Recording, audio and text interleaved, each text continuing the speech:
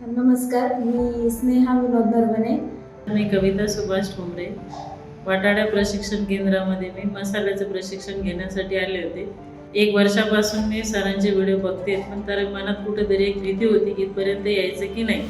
उद्योगामध्ये जी काय आपल्या लहान लहान चुका आहेत त्या झाल्यामुळं उद्योग कसे बंद पडतात. याच्यापूर्वी पण मी अनेक ठिकाणी मसाल्याच्या निर्मिती संदर्भात प्रशिक्षण घेतलेलं होतं, पण इथे आल्यानंतर मला प्रत्यक्षात जो अनुभव आला तो अतिशय चांगला होता.